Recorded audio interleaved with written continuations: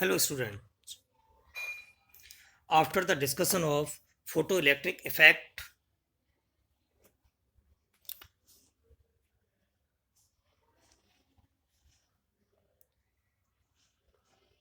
there are only few metals such as cesium, rubidium and potassium in which the electron are loosely held by the nucleus. It means it is not strongly attract between the each other of electrons and the nucleus. So the effect when visible light, right? And these are the only few metals, not all the metals. Now our next topic is observation of photoelectric effect. There are three main observation of photoelectric effect. First is for each metal have certain maximum frequency light to need eject. It means they require the minimum frequency to eject the electron to the surface of the metal. This frequency known as threshold frequency. Second is the kinetic energy of ejected electron is directly proportional to the frequency but inversely or independent of its intensity. That's clear. It means kinetic energy means minimum energy it required to eject the electron is directly proportional to the frequency and independent of its intensity. Now third one is the number of electron ejected per second from the metal, means number of electron eject per second from the metal surface depend upon the intensity and independent upon the frequency. It means it is depend intensity but not depend upon its frequency. That's clear. The number of electrons 1 2 3 4 5 so on and so on eject per second, it's depend the intensity but not depend the frequency. That's clear. And our next topic is quantum theory of radiation. Planck gave a new revolutionary theory known as quantum theory of radiation. There are the main features of the quantum theory of radiation. The first is radiant energy is not emitted or absorbed. It means in electron revolve around the nucleus have certain energy.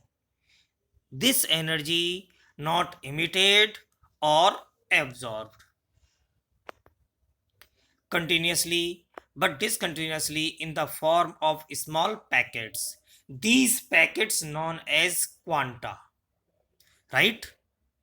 These packet known as quanta. It means these packet does not imitate or absorb the energies.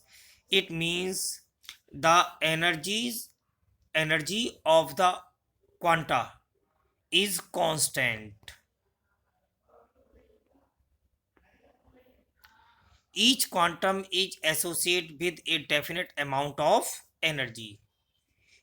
It means quantum is associated with a definite amount of energy. Means different quanta have different quantity of the energies. That's right. In case of light, the quantum of energy is called photon, right? Light called photon. This is because the light also have in packet is called photon, but in case of an atom is called quanta.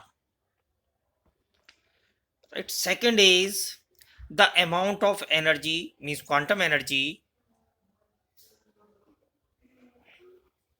Quantum energy is proportional to the frequency of light. Energy, the amount of energy is proportional to the frequency of light. It means A directly proportional to VV's frequency of light. E is equals to HV, where H is Planck constant and its value is 6.63 into 10 to the power minus 34 joule second, or in 3.99 into 10 to the power minus 13 kilojoule second per mole. But the value of the Planck constant is commonly used 6.63 into 10 to the power minus 34 joule second. Third one is the total amount of energy emitted or absorbed by a body will be some whole number multiply quantum. It is clear? Multiply quantum means 1, 2, 3, 4, 5, 6. These are multiplied by the energy of the quantum. E is equals to NHV, where N is 1, 2, 3, 4, 5, 6. It means some whole number, where N is some whole number. We know that V is equals to C upon lambda. These are the relation between the frequency, velocity and wavelength. B is equals to C upon lambda. Then E equals to NSC upon lambda. In case of